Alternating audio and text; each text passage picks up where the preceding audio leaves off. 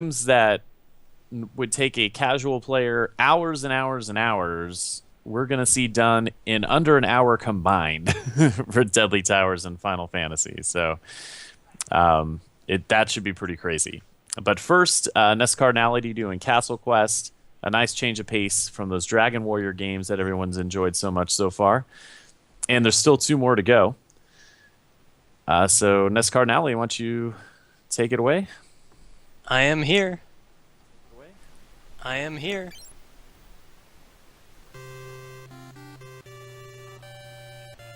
Is there anything you want to tell us about Castlequest before we're getting things set up? Well, it's an awesome puzzle game. It's pretty basic. There's 6 different colors of keys and 6 different colors of doors. The keys correspond to the door, and you can only use each key once. The game is set up on a 10 by 10 grid of rooms, and in order to navigate through each room, you have to plan your key usage very carefully. And also, each room is like a mini puzzle in itself, so there are various elements to each room that you have to sort of learn on the way. Some of them are like really key rooms on pretty much any route, where you have to spend a lot of time learning like how to navigate through it. Like that actually requires a fair amount of thought. Is the stream okay, or are we gonna? I hear the sound, but I don't see video. I'm ready to start whenever you guys are.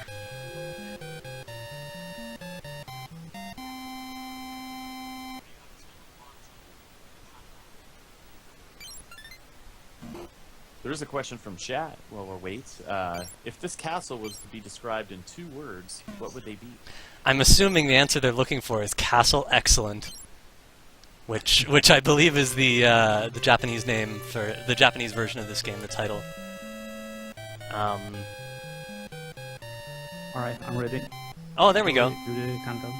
Excellent. All right, so I'll give you a 3, 2, 1, go, and we'll get started on go. Sound good? Sounds good. I'm ready. All right, 3, 2, 1, go. Alright, so your character is pretty limited. He has this little dagger, which I'm going to use right here. Whoop, unless I do that. It's like a little dagger that just stabs out. He can't even beat most of the enemies. Like the green and pink guy up there, you can't kill those. You have to find other ways around them. Just a little stabby dagger, that's all he has to infiltrate this castle loaded with enemies. So yeah, the most important thing is to navigate your way through and make sure you don't waste any keys anywhere. That cat that I just stabbed, it looks like a cat, I don't know what else to call it. They basically move back and forth and jump when you do, so they sort of mimic your movement. So this block that I just was standing on there, you can push that over and drop it on this guy's head. That's how you can get rid of him, but you don't have to do that in a speedrun, you can just navigate around him. No big deal there. There's a yellow key up there that I could have gone up and grabbed, but I discovered that I actually don't need it to complete this route, so for a speedrun, I don't want to wait around for the elevator to get me up there. So the princess is on the top floor, and the only way you can go up floors is by being pushed up by an elevator. So we literally have to wait here for a few seconds. And that'll happen fairly often. I think you start on like the 4th or 3rd floor from the bottom. These safes can be pushed from side to side, same as the brick in that second room. Oops. And you can push them into enemies to kill them. This guy I'm just gonna stab. Conveyor belts move things. Everything's pretty self-explanatory. It's the discovery of how to complete the more intricate puzzles that makes this game really fascinating. When I was a kid, one of my older brothers mapped it out almost entirely. I think he mapped out 87 of the 100 rooms. And he finally, like after months, he found a route that would beat the game. Yeah, this music loops a lot, and it annoys a lot of people. This fire enemy is kind of annoying. When he's on your level, he will move towards you, as just happened there. So I have to time my jumps very carefully to make sure that I'm not on the exact same level he's on, so that he'll go vertically instead of horizontally. So here, when he's about to approach me, I just move like that. Ah, I did it again. Now, see, the elevator just crushed him there, so I don't have to worry about him anymore. But yeah, usually I don't have any problem with him. You could just call it marathon jitters.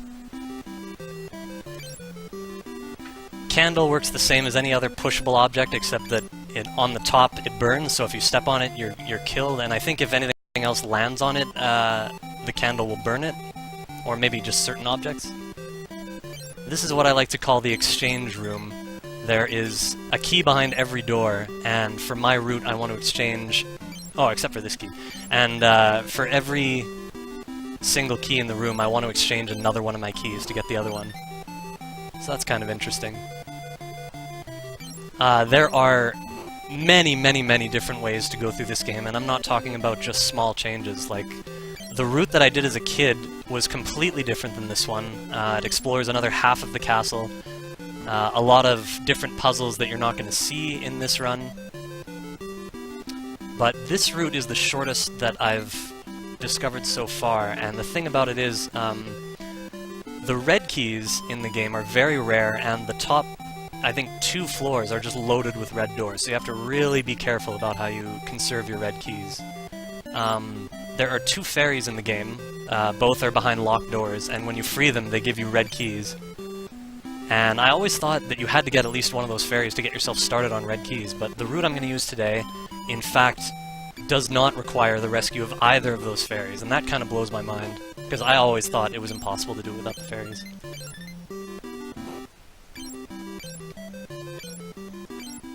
So I'll talk about more of the intricate puzzles as I discover them, but so far nothing is too intricate, everything's pretty visible and self-explanatory. Can't touch the spikes, otherwise you're killed. There's a lot of lenience in this game. In the English version you start with 50 lives, so if you make a mistake it's really not the end of the world, and you can get more free lives as you go as well. In this room I need this vase to give myself some more height, so I have to wait for the elevator to raise it up to this next platform. The pink door up there, I just want to mention, because we have a visual aid there, I can't go left through that pink door. Right now it's only a one-way door. You need to be on the ground when you open a door. But if I were to open that door from the left, then that way would be open and I could get in from the other side. I was just a little late on that jump there.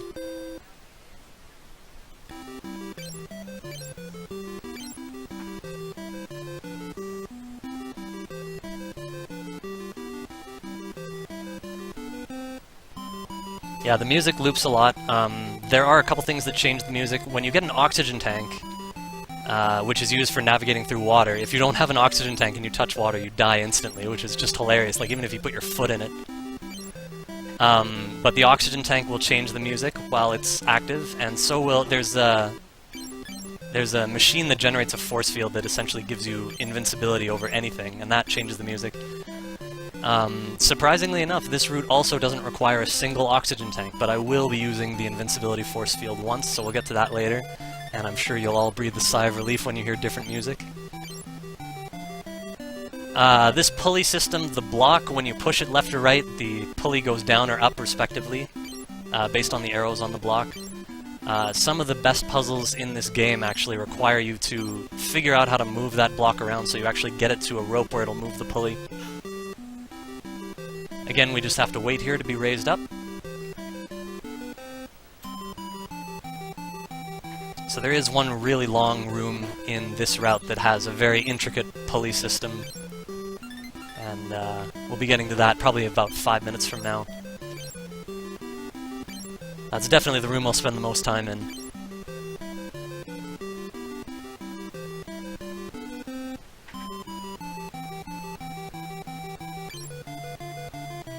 So here's another example of a one-way. If I were to come in here from the right, I wouldn't be able to push that block because it wouldn't be on the ground from there.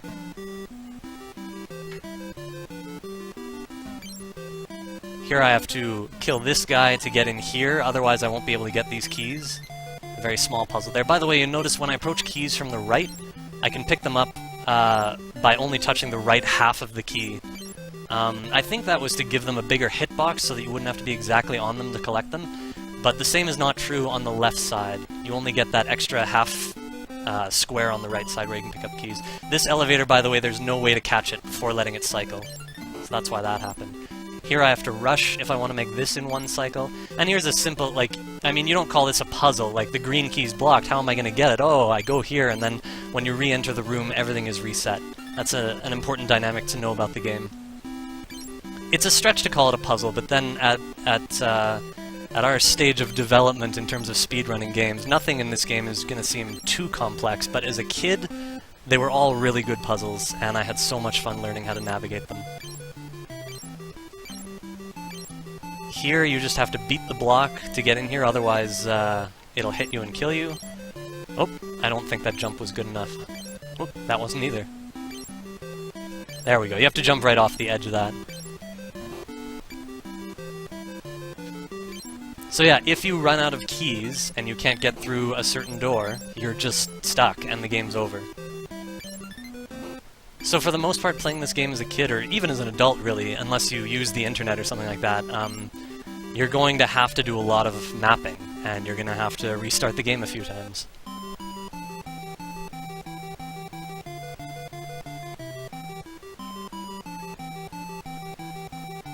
So we're going to see the first fairy here, which actually I've never gotten in a route, and it only gives you one red key. The other fairy, which I always thought you had to get, gives you 2 red keys.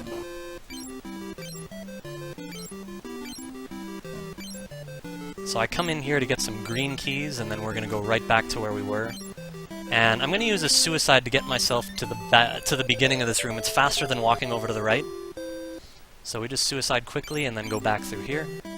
And once again, we have to wait for the elevator to rise. Fortunately, we have this wonderful music in the background to get us through it. Wonderful music hype. In order to unlock that fairy, by the way, first I would have to open this blue door from the right, and then I'd have to come into the room with the fairy another direction, drop that vase down, and open her door, and then exit to the left. That's looks to be the only way to do it.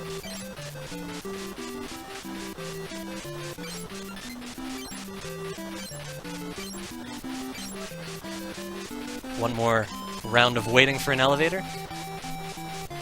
And now the next room from here is the long pulley room.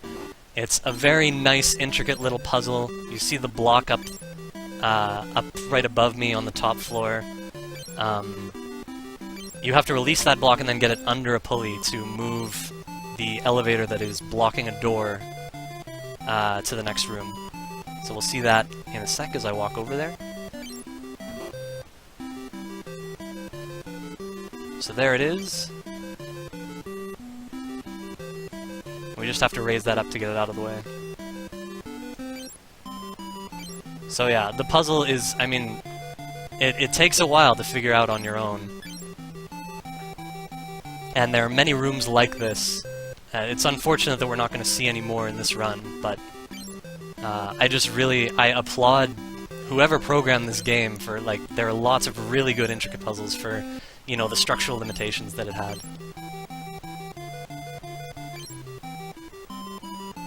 So right now we're building a floor to move the block across to get it up to the pulley system, essentially. Oh. That's not going to matter in terms of time, because I'm going to have to wait for that elevator to come back down later. We'll see that in a sec.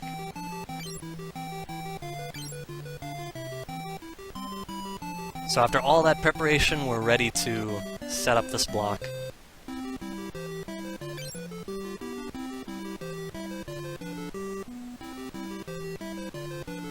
And we'll just wait for it here.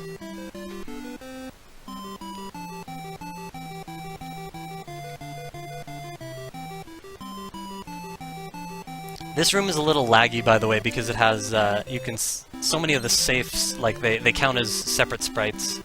And the more sprites are in a room, the more the game kind of lags. It was a little limited in that way.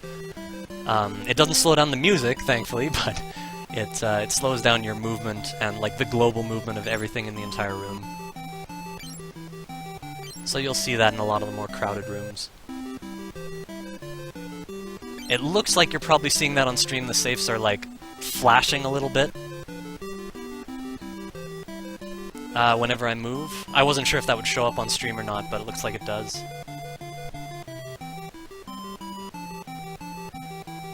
In this next room, you have to be really quick and jump here, otherwise that conveyor belt will send over that vase to crush you.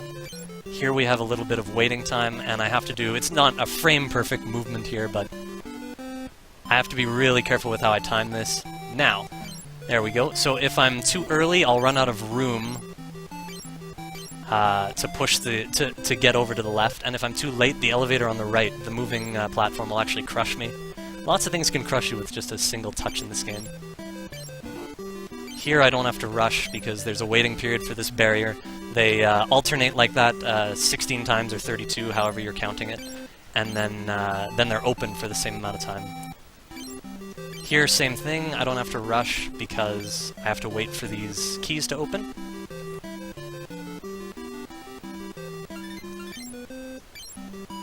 And here I have to be kind of fast and do that perfectly, and now we're up here.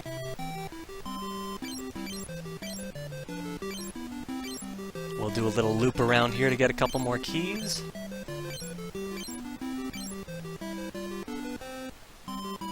The blue keys are very tempting, but I don't want to use one of these precious yellow keys. The yellow key is the most common key in the game, but right now I need all of those. So this is where I get the force field. New music hype. And I can go through spikes. Oh. So I can also touch water right now, which normally you'd need an oxygen tank for. But yeah, force field makes me invincible, so I can touch water all I want. Here I need to stop here, so I actually need the invincibility to get up here. If I take too much time, I can refill my invincibility on this force field machine. But that pretty much never happens in a speedrun. New music hype.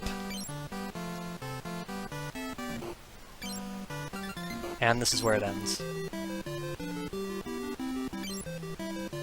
So yeah, here, for example, there's like a little puzzle element where you have to use a blue key and fall down there to sacrifice your position to get those 3 keys. All sorts of little things. Here you can't walk over there to get past this guy, you have to wait like this. Lots of little things in the easier rooms. And again, we just have to wait for this elevator to push us up.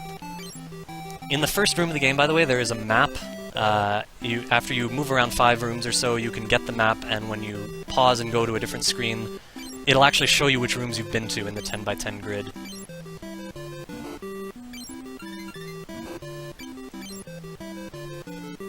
Here I just need to jump over these and then fall at the exact right time so I don't clip my head there on the higher platform. And we're actually getting close to the end of the game right now, but we still have to do a lot more work. The princess is 2 rooms above me right now.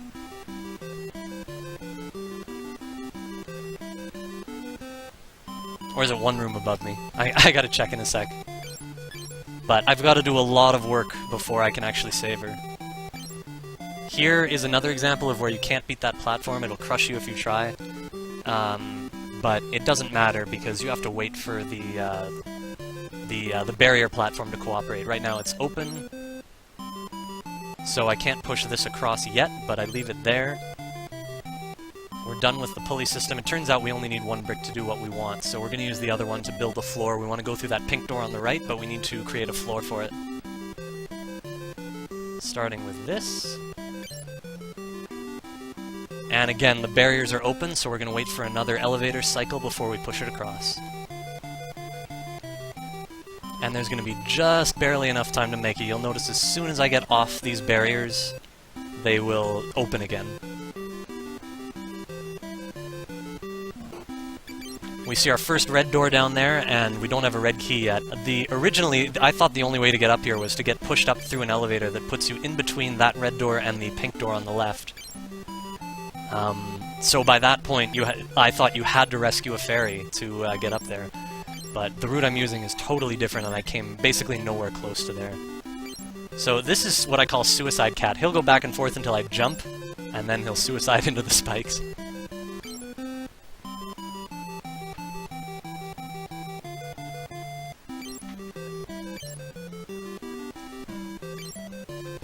Now here, next to the dark blue key, there's a dark blue door. It turns out we can go under and not open this door, but I actually don't need the key. It's an extra. So I go through the door just to save time. second rarest key in the game. Here's another moment. The princess is in this room, but before I go there, I'm going to get these 2 keys. And now I use a trick which involves the reset mechanism of the game. I'm going to suicide here, and then it's going to put me back up to that ledge at the top where I'm not supposed to be able to get back to. Now here's the room with the princess. There are doors on the top, doors on the bottom. You have to open them all except for the blue door on the bottom right. So we are actually still far from saving the princess. We have to do a little bit more work, a little bit more setup work. When I entered that room, I had at least one of every type of key, which is kind of cool. I have to do a perfect jump here. Again, it's not frame perfect, but I just have to be careful. Because if I don't jump on the very edge, then I'll fall and I'll have to suicide and reset the room. Oh, that reminds me. I want to suicide in this room, so I'll just suicide right here. It's a faster way to get back to the right, back to where I started in the room, because we want to go back this way.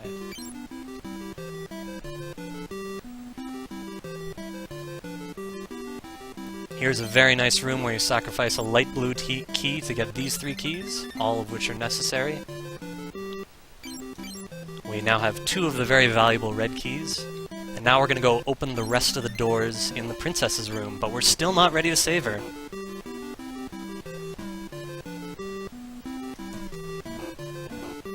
You'll see why those doors have to be opened later, but for now I just have to set them up. I want to go back over the top of that room to get back to the princess, but first I have to go this way. I don't need that extra pink key, so for speedrunning purposes I just leave it where it is. And this run is kind of elegant. Or this run, rather. The route is kind of elegant because I end up using every single key that I get. I never have an extra. So we're going back over. Get ready on the timer. It's going to start when the prince's body enters, like... it sounds so dirty when I say it, but...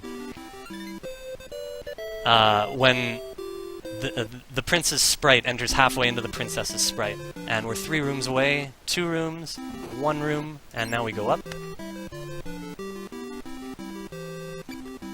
And so those bottom floor doors being open is the only way we can push that vase over. So, 3, 2, 1, time!